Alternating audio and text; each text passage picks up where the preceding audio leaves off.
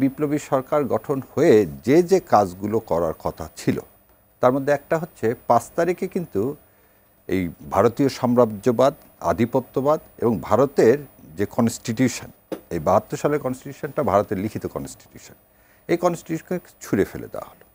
So আমরা একটা level playing ফিল্ডের জন্য এই প্রশাসন দিয়ে আপনি নির্বাচন কতখানি সুষ্ঠু করতে পারবেন, সেই জন্য আমরা স্পেসিফিক্যালি বাংলাদেশ জামাত ইসলাম যা যা বলছেন সেটা দেশের স্বার্থেই করছেন। জামায়াত ইসলামের সঙ্গে বর্তমান অন্তর্বর্তীকালীন সরকারের একটা সখ্যতা আমরা দেখেছি এটা, এবং তারা একসাথে কাজ করেছেন এবং বলেছেন আমাদের সরকার বা একটা সমর্থন তারা দিয়েছেন।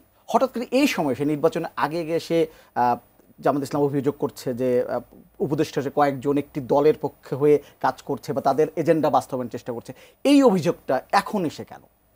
৫ই আগস্টের পর আমাদের দেশে যে এটা বিপ্লব, এটা গণ অভ্যুত্থান, ৯০ গণ অভ্যুত্থান না, এটা একটা বিপ্লব।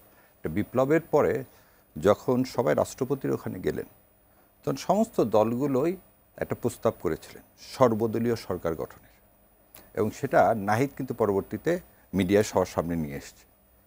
কিন্তু সেদিন একটি বৃহৎ দলের অবজেকশনের কারণে কিন্তু এই সর্বদলীয় সরকার প্রতিষ্ঠিত হয় নাই। যেটা হয় নাই সেটা নিয়ে তার বলে লাভ নেই, সামনে আগাতে হবে। সামনে আগাতে গেলে কি করতে হবে? ৫ থেকে ৮ তারিখ পর্যন্ত কোনো সরকার ছিল না। তারপর যে বিপ্লবী সরকার গঠন হলো, এই বিপ্লবী সরকার গঠন হয়ে যে যে কাজগুলো করার কথা ছিল তার মধ্যে একটা হচ্ছে ৫ তারিখে কিন্তু এই ভারতীয় সাম্রাজ্যবাদ, আধিপত্যবাদ এবং ভারতের যে কনস্টিটিউশন, এই ৭২ সালের কনস্টিটিউশনটা ভারতের লিখিত কনস্টিটিউশন, এই কনস্টিটিউশনকে ছুঁড়ে ফেলে দেওয়া হলো। তারপরে আমরা তিনটা দাবি করলাম। একটা দাবি হচ্ছে সংস্কার, দ্বিতীয় দাবি হচ্ছে বিচার, তৃতীয় দাবি হচ্ছে ইলেকশন। তাহলে এই সরকার কিন্তু অন্য কারো ধারাবাহিকতার মতো ৯১ সালের মধ্যে দেখেন, ৯১ সালে বিচারপতি শাহাবুদ্দিন এসেছিলেন খালি একটি ইলেকশন করার জন্য। তখন কিন্তু অন্য কোনো বিপ্লব ছিল না, এই ধরনের কোনো দাবি দেওয়া ছিল না।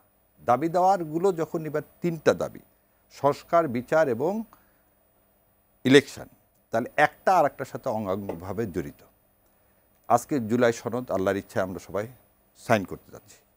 আজকে সামরিক বাহিনী, আমাদের গর্বিত সামরিক বাহিনী, তাদেরকে কোনোভাবেই আজকের এই সময় যখন সামরিক বাহিনী নির্বাচন নিয়ে সব কিছু নিয়ে একটি ভূমিকা পালন করছে, তাদেরকে বিতর্কিত করাটা আমাদের উচিত হবে না এবং সমীচীন হবে না। সেই জন্যে এই কল রেকর্ড ডিজিএফ দিছেন না কে দিছেন এই বিষয়ে আমি কোনো মন্তব্য করতে চাই না, কারণ আমি আমাদের সশস্ত্র বাহিনীকে অত্যন্ত সম্মান করি, গভীরভাবে সম্মান করি।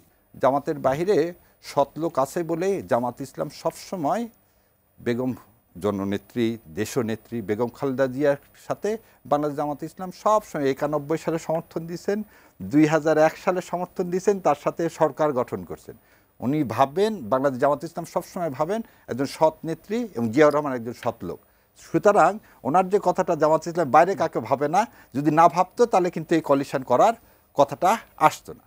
সো আমরা একটা লেভেল প্লেইং ফিল্ডের জন্য এই প্রশাসন দিয়ে আপনি নির্বাচন কতখানি সুষ্ঠু করতে পারবেন, সেই জন্য আমরা স্পেসিফিক্যালি বাংলাদেশ জামাত ইসলাম যা যা বলছেন সেটা দেশের স্বার্থেই করছেন, আগেও করছেন, আজও করতেছেন, আগামীতেও। নির্বাচন পেছনের কোনো নির্বাচন এবং আমরা নির্বাচন যাতে আদর্শ হয় সেই জন্য দেখেন আপনি জামাত ইসলামের সম্মানিত আমির মিরপুরে গণসংযোগ করতেছে, তাহলে আপনি সেখানে কিভাবে ভাবেন যে নির্বাচন পিছানোর আমরা ষড়যন্ত্রে লিপ্ত?